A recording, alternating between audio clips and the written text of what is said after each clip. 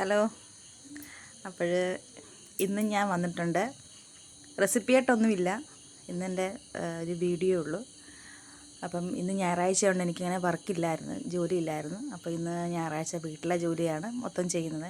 പിന്നെ എനിക്ക് പുറത്തു വരെ പോകണമായിരുന്നു. അത് ഞാൻ വർക്കിന് പോകുന്ന ഒരു ഷോപ്പിൽ അവിടെ വാർഷികമായിരുന്നു. അപ്പോൾ ഞങ്ങൾക്കെല്ലാം വിളിയുണ്ടായിരുന്നു. അപ്പോൾ ഞാൻ കുറച്ച് ജോലിയൊക്കെ കഴിഞ്ഞിട്ട് ഒരു 11 മണിയപ്പം പോയി തിരിച്ച് 2 മണിക്ക് ഞാൻ തിരിച്ച് വന്ന് പിന്നെ ഇവിടുത്തെ ക്ലീനിങ് കാര്യങ്ങളും ഒക്കെ ആയിരുന്നു. അപ്പം സമയം 10 മണി കഴിഞ്ഞിട്ടുണ്ട്. ഇപ്പോഴാണ് കുളിച്ചിട്ട് ഇങ്ങോട്ട് കയറിയത്. അപ്പം കയറി കഴിഞ്ഞിട്ടുണ്ട്. ഞാൻ ഫുഡ് കഴിച്ചു കേട്ടോ. ഞാൻ കഴിഞ്ഞ വീഡിയോയിൽ പറഞ്ഞിട്ടില്ലായിരുന്നോ ഞാൻ കപ്പക്കിഴങ്ങ് വാങ്ങിച്ച കാര്യം. അപ്പോൾ ആ കപ്പക്കിഴങ്ങ് ഞാൻ 3 ദിവസം എടുത്ത്. അപ്പോൾ ഇന്നും കൂടെ അതുണ്ടായിരുന്നു. അപ്പം ഇന്നും കൂടെ ആയപ്പോൾ ആ കപ്പക്കിഴങ്ങ് തീർന്ന്. ഇനി നാളെ തൊട്ട് ഇനി വേറെ എന്തെങ്കിലും മേടിച്ചെങ്കിലേ പറ്റുള്ളൂ. അപ്പോൾ ഷുഗർ കാരണമാണ് ഞാൻ രാത്രിയാകുമ്പോൾ ഇത് കഴിക്കുന്നത്. എനിക്ക് ചോറ് കഴിക്കാനാണ് വലിയ ഇഷ്ടം.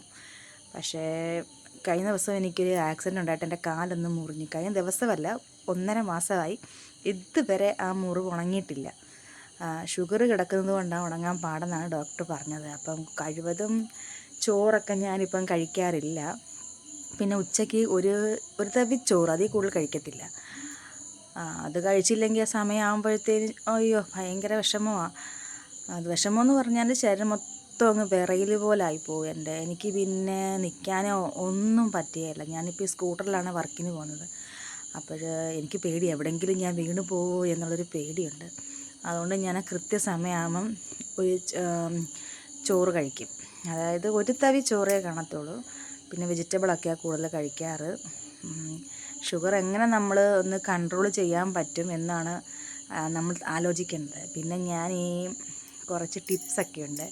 അതായത് ഉലുവ വെള്ളത്തിലിട്ട് വെറും വയറ്റിൽ രാവിലെ കഴിക്കുക. പിന്നെ ഈ മുക്കൂറ്റിച്ചെടി ഉണ്ടല്ലോ, അതിൻ്റെ 3 ചെടി എടുത്തിട്ട് അത് വെള്ളം തിളപ്പിച്ച് 2 ഗ്ലാസ് വെള്ളം 1 ഗ്ലാസ് വെള്ളമാക്കി കുടിക്കുക. അങ്ങനെയൊക്കെയുള്ള ചെറിയ ചെറിയ ടിപ്പൊക്കെ ചെയ്യാറുണ്ട് ഇപ്പം.